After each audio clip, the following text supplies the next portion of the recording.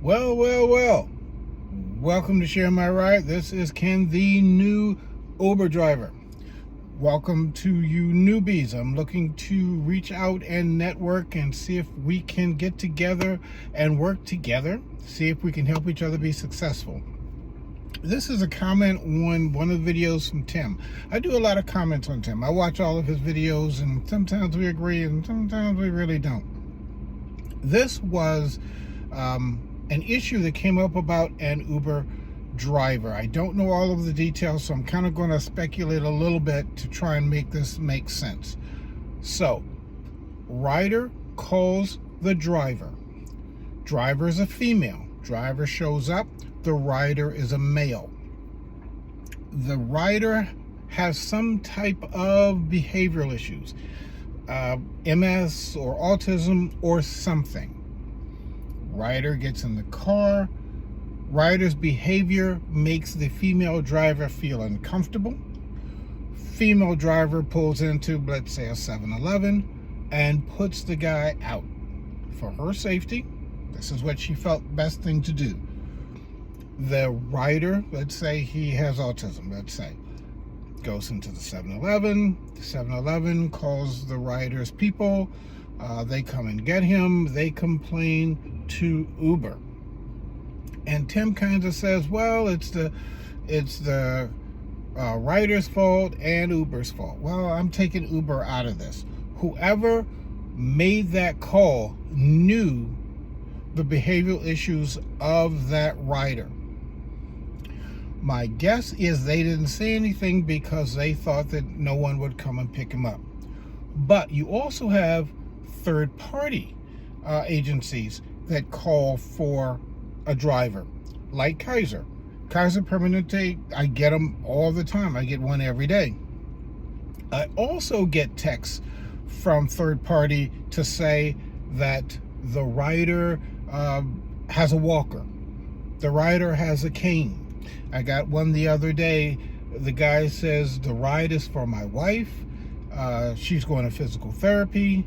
Could you please pull all the way into the driveway?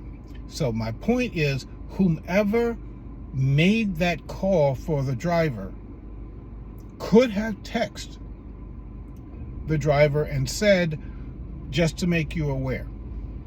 See, it's kind of unfair to put people with issues into a car with a driver, and you're already on guard. You already don't know who's getting in your car. You already don't know what to expect.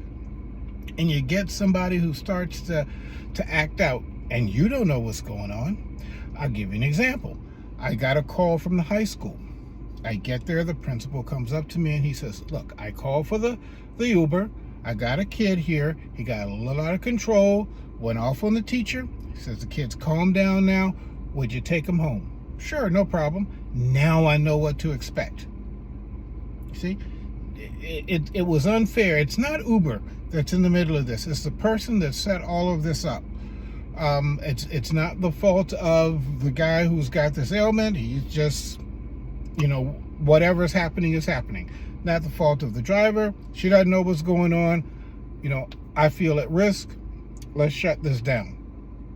But somebody, whomever made that call to get a car, to get a driver, they get a ping on their phone. The request has been accepted. The driver should be there in 5 minutes. They could have texted that driver. They get a ping on their phone that the driver is there and the trip has started. They could have texted that driver. They could have called that driver just to have a heads up. See, again, I'm going to disagree with Tim. I'm going to take Uber out of this. Hopefully this driver does not get kicked off the platform, which was the whole purpose of his video. Either they're considering kicking her off, or they've already done so because of this. I agree with him. It's not her fault. It's not the fault of the driver. I don't think the driver should be held responsible. That's my 2 cents. Thank you for sharing my ride, and please be safe out there.